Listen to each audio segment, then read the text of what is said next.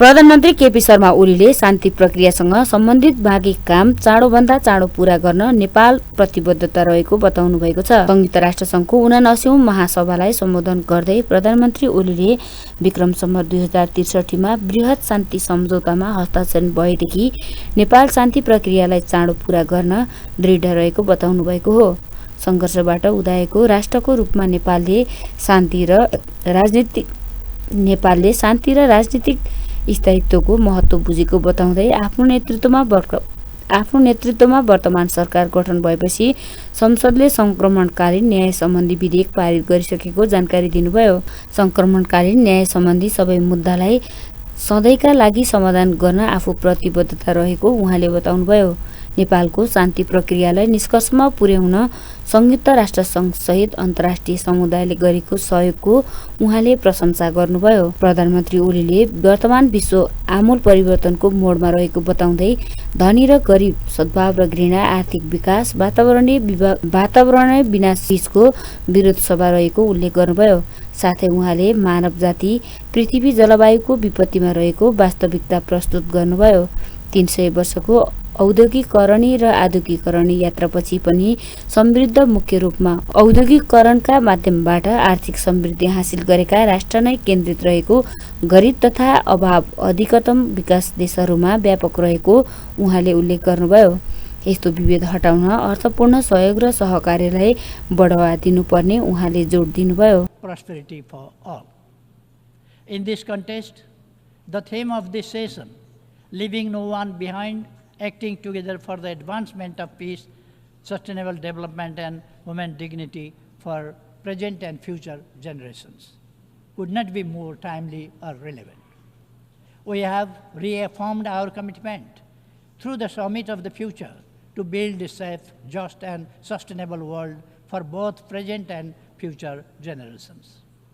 This pledge is embodied in the three pivotal documents we have adopted: Pact of the Future, Declaration on Future Generation, and the Global Digital Compact. We must demonstrate our determination to implement these documents for the well-being of present and future generations. Mr. President, allow me to underline that the principle of leaving no one behind has long been the cornerstone of Nepal's approach to development across all sectors.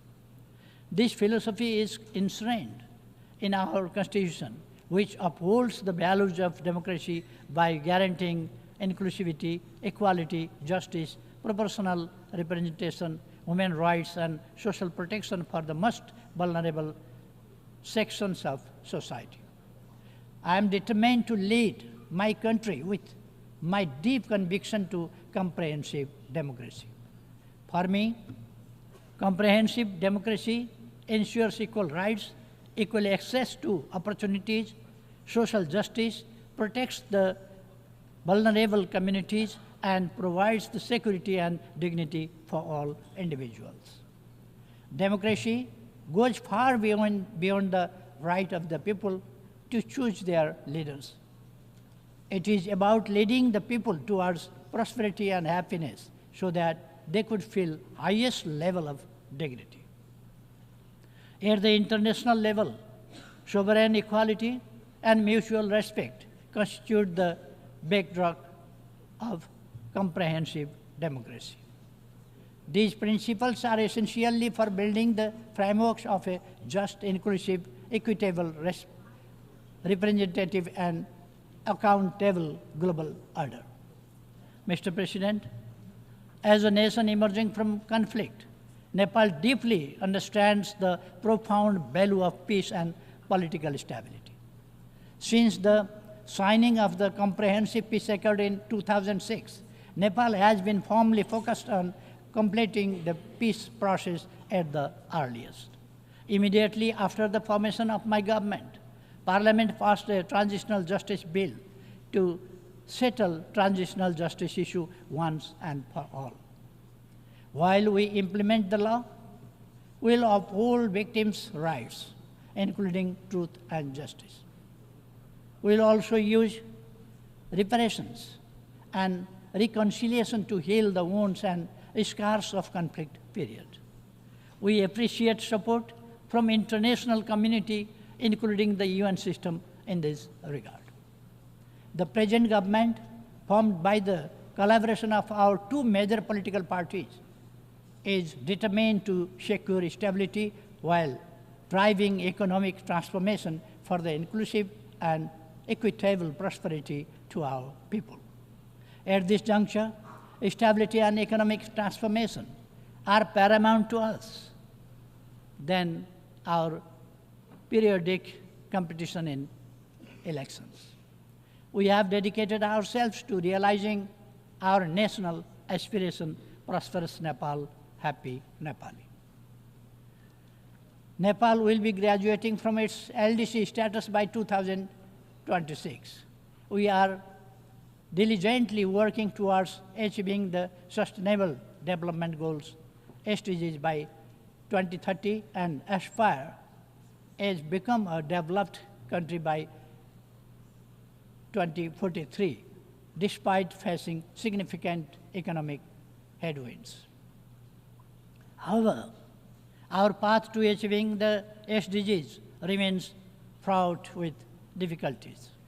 We are confronted with a substantial financial gap of about 24 billion US dollars to attain the 2030 agenda. In this backdrop, Nepal hosted the IDA 21 replenishment meeting last June, underscoring the crucial need for continued and enhanced support from the International Development Association along with other development partners. In this pursuit, we strongly reiterate our call for enhanced, predictable, and sustained international support. Mr. President, climate change has emerged as the gravest threat to our planet, people, and prosperity. My own country, Nepal, is particularly hard hit. We stand as one of the most vulnerable nations to climate change and are ranked as the 20th most disaster-prone country in the world.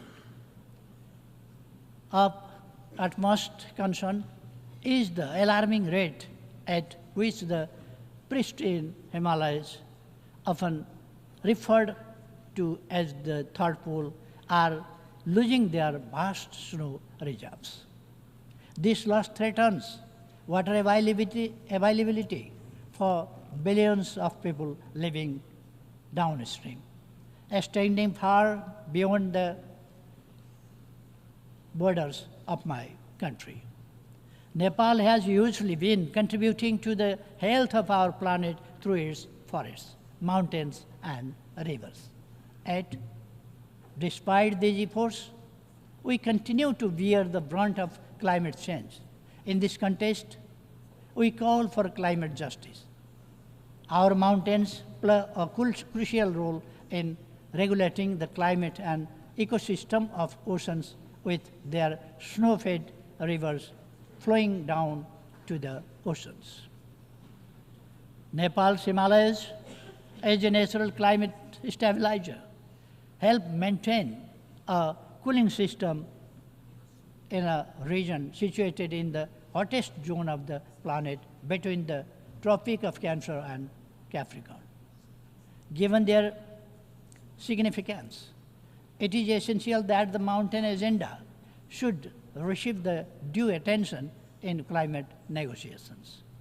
Nepal is steadfast in its commitment to the Paris Agreement and aims to achieve net zero target by 2045, 5 years earlier than global target. As climate change is a global challenge, it demands global action and collaborative efforts to address its widespread and cascading impacts. Adequate climate financing, including loss and damage fund, is crucial to support climate resilient measures and infrastructure for adaptation in developing countries, not least in LDCs. Mr. President, Nepal's land is blessed with the wisdom of enlightened great sages from both the Hindu and Buddhist faith, particularly the teachings of Gautam Buddha. This profound legacy has shaped our world view to seek global harmony, peace, and security. The values of love, harmony, tolerance, and empathy, as espoused by Gautam Buddha, hold even greater relevance today than they did over 2,500 years ago. But to our deep dismay, the world is increasingly distressed by division, suspicion, hatred, and enmity. Nepal firmly believes that dialogue and diplomacy are the sole means to resolve conflicts, including in Ukraine and Middle East. It is through love and compassion that hostility and hatred can be overcome, paving the way for lasting peace. On the issue of Israel-Palestine conflict, we continue to support a two-state solution where Israel and Palestine coexist peacefully and securely within internationally recognized borders, in line with relevant United Nations resolutions.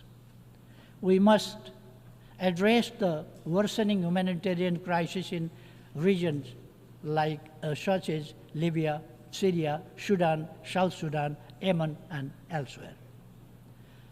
It is vital to uphold the principles of sovereign equality, non-interference as enshrined in the UN Charter, to ensure peace and stability. Consequently, we sternly oppose any form of unilateral intervention or sanctions. Mr. President, disarmament and non-proliferation issues must be prioritized. Nepal strongly advocates for the general and complete disarmament of all weapons of mass destruction. As the host country to the UN Regional Center for Peace and Disarmament in Asia and the Pacific, Nepal firmly believes that regional efforts, including the Kathmandu process, serve to strengthen the global disarmament regime. Technology presents a double-edged sword, especially for the least developed countries. If we harness it, उहाँले summit of the future मार्फत वर्तमान र भावी पुस्ताका लागि सुरक्षित, न्यायपूर्ण र दिगो विश्व व्यवस्था निर्माण गर्ने प्रतिबद्धता पुष्टि गरेको उल्लेख गर्नुभयो। वर्तमान र भावी पुस्ताको हितका लागि सम्मेलनले अनुमोदन गरेका 3 दस्तावेज कार्यान्वयन गर्ने दृढ संकल्प सबैले प्रस्तुत गर्नुपर्नेमा प्रधानमन्त्री ओलीले जोड दिनुभयो। सन् 2026 मा नेपाल अल्पविकसित राष्ट्रबाट विकसित देशमा स्तरोन्नति हुने तयारीमा रहेको बताउँदै प्रधानमन्त्री ओलीले दिगो विकासका लक्ष्य हासिल गर्न मेहनत गरिरहेको जानकारी दिनुभयो।